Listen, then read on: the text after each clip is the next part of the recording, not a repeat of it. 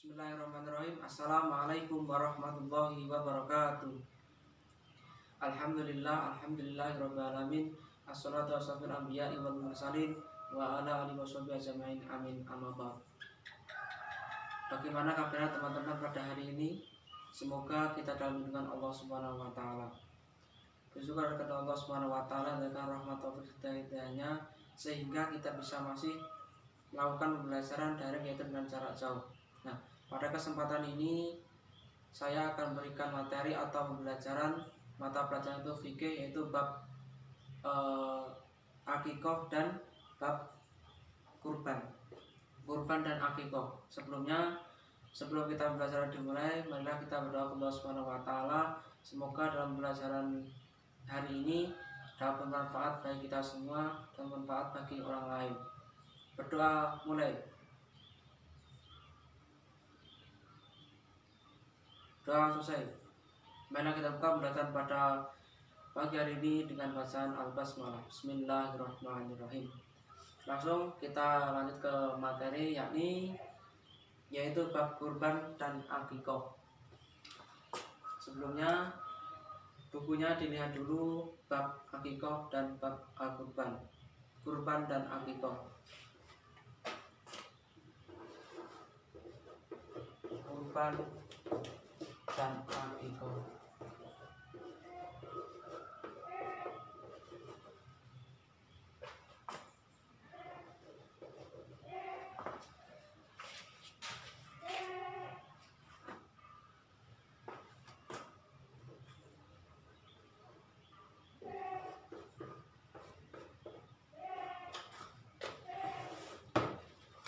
Nah,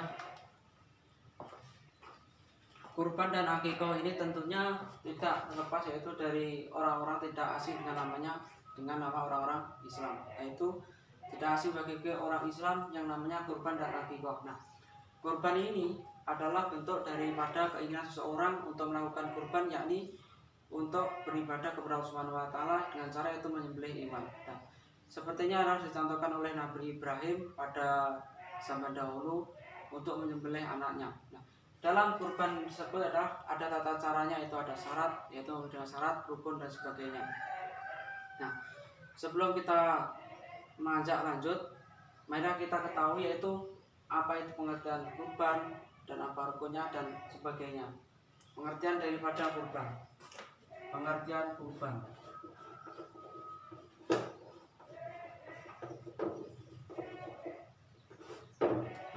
Pengertian daripada kurban.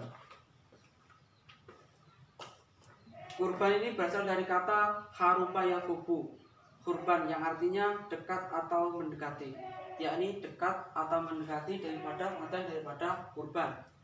Nah, secara istilah, kurban adalah acara penyembelihan binatang ternak yang dilakukan pada hari raya Idul Adha 10 Dzulhijjah dan hari Tasyrik 11, 12 dan sampai 13 Dzulhijjah. Nah, secara istilah adalah penyembelihan hewan yang dilakukan pada bulan Dzulhijjah, yang dilakukan pada tanggal 10 Dzulhijjah dan hari Tasyrik 11 sampai 13. Nah, yang bertujuan untuk apa? Bertujuan untuk mendekatkan diri kepada Allah Subhanahu wa taala supaya kita mendapatkan ridho dari Allah Subhanahu wa taala. Nah, kurban ini disebut juga dengan ukhdiyah, yang artinya penyembelihan ternak pada waktu yang telah diriwayatkan oleh kaum muslim, yakni adalah bagi kaum muslim mampu sebagai firman Allah Subhanahu wa taala yang disebutkan adalah inna a'tainakal kautsar fasholli lirabbika wanhar, yang artinya adalah sungguh kami telah memberimu Muhammad nikmat yang banyak, laksanakan salat Tuhanmu, maka laksanakan salat karena Tuhanmu dan berkurbanlah sebagai ibadah yang mendekati dari Allah Subhanahu wa taala. Nah, dari kurban disebut adalah sebagai besar ulama sunnah muakkad, yaitu namun hukumnya berbukat bisa menjadi wajib jika untuk dinasarkan. Nah, mungkin dari ini adalah bentuk daripada kurban. Nah, kurban ini bagi orang-orang Islam pasti diinginkan. Oleh sebab itu untuk mendekatkan diri kepada Allah Subhanahu wa taala. Pengertian daripada kurban. Selanjutnya itu syarat-syarat daripada kurban. Syarat-syarat.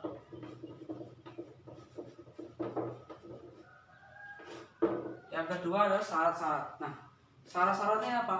Yang pertama bisa jadi syaratnya itu ada penyembelihan hewan kurban. Hewan ternak itu terdiri daripada unta, sapi, dan kambing, ataupun juga domba. Nah, yang selanjutnya yaitu binatang kurban tidak cacat. Nah, cacat di sini adalah antara lain adalah cacat daripada buta,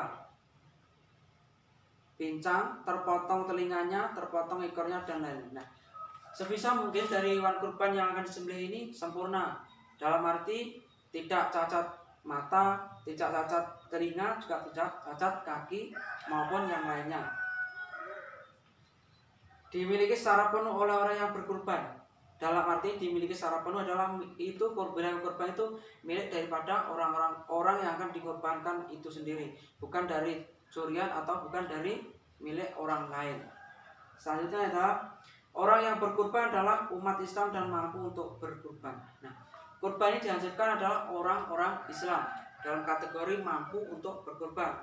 Kalau dia belum mampu, diusahakan tahun depan atau sekiranya sudah mampu untuk melakukan kurban. Selanjutnya adalah waktu penyembelihan kurban adalah waktu yang telah ditentukan oleh syarah.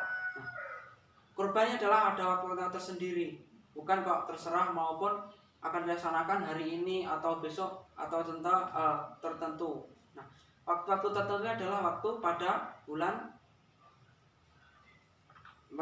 tertentu adalah pada bulan 10 Dzulhijjah. Itu bentuk-bentuk daripada syarat-syarat kurban. Nah,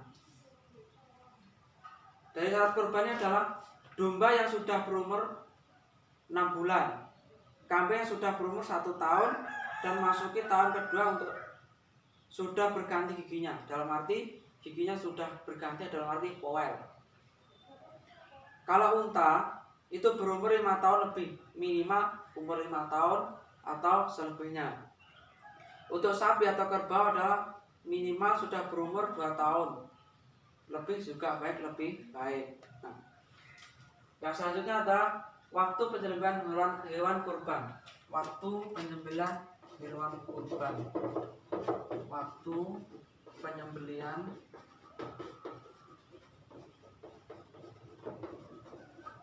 hewan kurban.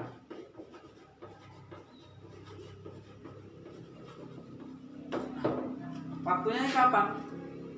Waktu penyembelihan hewan kurban adalah waktu penyembelihan hewan kurban dimulai setelah salat Idul Adha, yaitu pada tanggal 10 Dzulhijjah, dan hari tasyrik yaitu tanggal 11 sampai 13 Dzulhijjah. Nah, penyembelihan hewan kurban ini paling utama dilakukan pada tanggal 10 Dzulhijjah. Akan tetapi jika penyembelihan hewan kurban hari tasyrik juga diperbolehkan. Nah, pada penyembelihan hewan kurban ini yang paling afdal atau yang paling utama adalah pada tanggal 10 Dzulhijjah. Selebihnya tanggal 11 sampai 13 tasyrik itu juga diperbolehkan. Akan tetapi lebih baik pada tanggal 10 Dzulhijjah. Nah, selanjutnya yaitu pemanfaatan daging kurban. Pemanfaatan daripada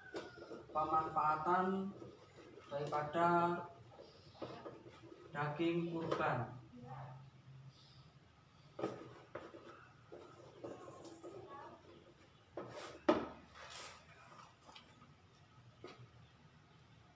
Nah, daging kurban ini sebaiknya dibagikan kepada fakir miskin atau orang-orang yang membutuhkan dengan ketentuan yakni 1/3 untuk yang berkurban dengan keluarganya,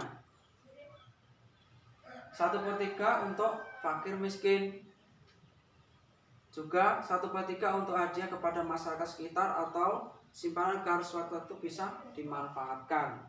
Nah, namun jika nazar tersebut diniatkan untuk memenuhi nazarnya, maka daging wajib diberikan kepada fakir miskin orang yang berkurban tidak boleh mengambil sedikitpun. Nah, kalau si orang tersebut dia mempunyai nazar, dalam arti dia ingin kurban tidak meminta apapun dari kurban itu, dalam arti daging, dia tidak diperbolehkan dalam kategori yaitu jika dia memiliki nazar.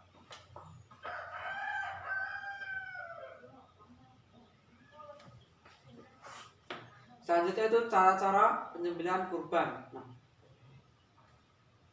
dalam kurban ini juga memiliki tata cara penyembelihannya dan bagaimana caranya. Nah, syarat sah penyembelihan hewan kurban yakni adalah orang yang menyembelih adalah orang Islam, juga berakal sehat, sudah balik dan bisa melihat atau tidak buta, dan dia bisa membedakan mana yang benar, mana yang salah.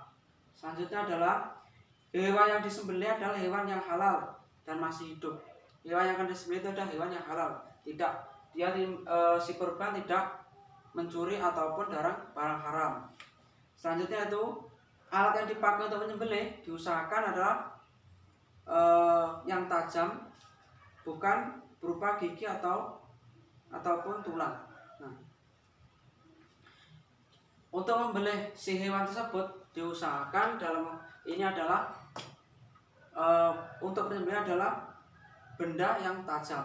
Yang tajam berarti juga dalam arti landep, tidak sebisa mungkin tidak menyakiti hewan tersebut.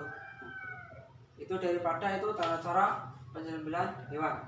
Selanjutnya adalah rukun penyembelihan hewan kurban. Nah, juga di sini ada rukunnya, ada syarat tapi ada rukunnya. Nah, ini adalah niat. Yang pertama niat, yaitu dengan sengaja menyembelih hewan kurban, diniati dulu.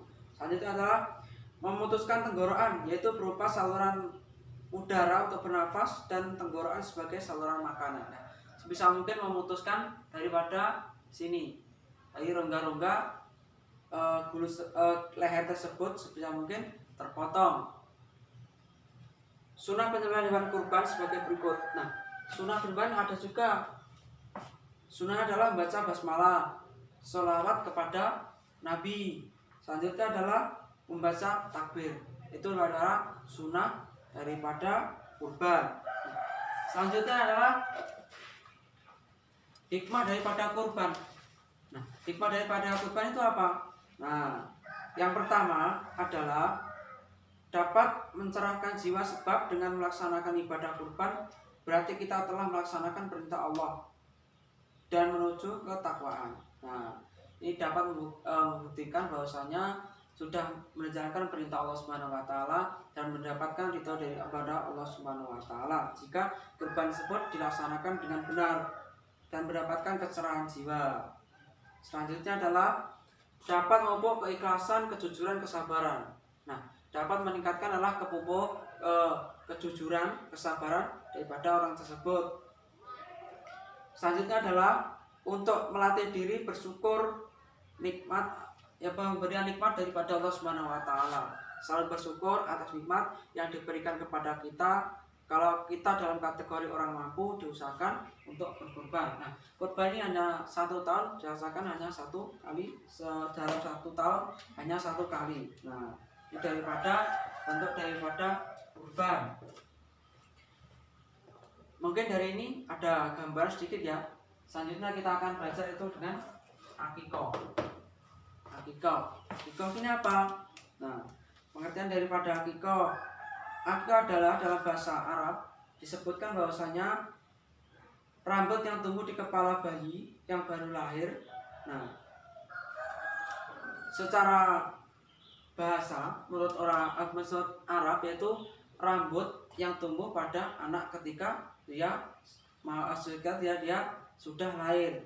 Nah, secara istilah untuk penyembelihan hewan pada hari ke-7 kelahiran anak, baik laki-laki maupun perempuan, ini daripada bentuk istilah, yakni penyembelihan hewan kurban pada hari ke-7 baik itu dari anak laki-laki maupun perempuan. Nah, itu daripada pengertian daripada akikoh. Nah, selanjutnya adalah waktu penyembelihan hewan akikoh. Nah, waktu penyembelihan hewan akikoh ini dilaksanakan pada 7 hari setelah kelahiran, juga bisa dilaksanakan 14 hari, juga bisa dijadikan 21 hari. Nah, kalau si orang tua ini dalam kategori mampu, bisa dilaksanakan yaitu pada 7 hari setelah kelahiran. Kalau seorang tua belum mampu, bisa dilakukan dalam arti 14 hari setelah kelahiran. Kalau belum mampu juga dianjurkan 21 setelah kelahiran. Tapi alangkah lebih baiknya dilakukan yaitu 7 hari setelah kelahiran. Nah, hewan yang dalam akikoh ini hewan yang digunakan untuk akikoh ini sama dengan hewan yang disyaratkan dalam hewan kurban. Nah, hewannya adalah ya juga tidak cacat dan sebagainya, tidak buta, tidak ekornya tidak potong, ketinganya masih utuh, masih genap. Nah, itu daripada penyembelihan hewan akikoh. Nah, hal-hal yang disunahkan dalam akikoh. Nah, disunahkan adalah membaca sholawat atas Nabi Muhammad SAW, juga membaca takbir, membaca bagaimana doa ketika penyembelihan hewan kurban tersebut. Hewan akikoh disembelih sendiri oleh ayah dari anak yang diangkai. Nah, sebisa mungkin penyembelihan hewan kurban penyembelihan akikoh tersebut dilakukan oleh si bapak daripada anak tersebut. Nah, daging hewan akikoh dibagikan dalam keadaan sudah dimasak. Nah, sebisa mungkin akan dibagikan kepada tetangga ataupun masyarakat dalam arti sudah dimasak dan sudah layak untuk dimakan. Nah, itu daripada akikoh. Selanjutnya adalah hikmah daripada penyembelihan hewan akikoh. Nah, yang pertama adalah menghidupkan sunnah Nabi Muhammad SAW. Pastinya semua orang sudah tahu bahwasanya akikah itu juga sunnah daripada Nabi Muhammad SAW. Sebagai wujud syukur atas dikaruniai anak dari Allah Subhanahu Wa Taala. Bersyukur telah diberi karunia anak oleh Allah Subhanahu Wa Taala. Nah, selanjutnya adalah sebagai bentuk penyambutan dan doa atas anak yang baru lahir agar menjadi soleh maupun soleha. Nah, syukur kepada Allah Subhanahu Wa Taala telah diberi karunia anak. Nah, semoga kedepannya anak itu kalau laki-laki menjadi soleh, kalau putri menjadi soleha. Nah, selanjutnya adalah mempererat ikatan antara orang tua dan anak. Nah, pastinya tahu itu adalah untuk memperkuat juga antara kedua orang tua maupun si anak. Nah, selanjutnya adalah penebusan dan pembebasan anak dari hal yang buruk. Nah, itu dalam kategori akikoh ini adalah penebusan. Dalam kategori penebusan atau pembebasan daripada hal yang buruk. Nah, untuk rasa bersyukur pada Allah Subhanahu Wa Taala telah diberi karunia anak. Nah, orang tua itu melakukan sebuah proses adalah akikoh. Nah, yang mana akikoh di sini adalah sangat disunahkan oleh Nabi Muhammad SAW. Nah, jadi pembelajaran kurban dan akikoh ini bagi umat Islam tidak jauh, tidak asing ya dengan namanya pembelajaran. Nah, kurban ini dilaksanakan dalam 1 tahun sekali. Pelaksanaan kurban ini adalah yang paling afdal adalah 10 Dzulhijjah. 11 sampai 13 Tasik boleh dilakukan, yaitu nama hewan kurban. Kurban ini dilaksanakan itu untuk mendekatkan diri pada Allah Subhanahu Wa Taala, mendapatkan ridho dari Allah Subhanahu Wa Taala. Nah, sedangkan akikoh ini adalah rasa bersyukur kepada Allah Subhanahu Wa Taala yang telah diberi karunia anak. Nah, dengan itu supaya si anak tersebut mendapatkan rahmat dari Allah Subhanahu Wa Taala, supaya kedepannya dia menjadi soleh maupun soleha. Itu ya. Mungkin pembelajaran cukup sekian. Kalau teman-teman belum paham dari penjelasan saya atau hal yang sulit, bisa ditanyakan ya. Dari saya cukup sekian. Semoga pembelajaran pada pagi hari ini bermanfaat bagi kita semua maupun orang lain. Allahumma amin. Marilah kita tutup pembelajaran pada pagi hari ini dengan bacaan Alhamdulillah. Alhamdulillahirabbil alamin. Akhiran wallahu muwaffiq ala thoriq. Assalamualaikum warahmatullahi wabarakatuh. See you next time. Bye.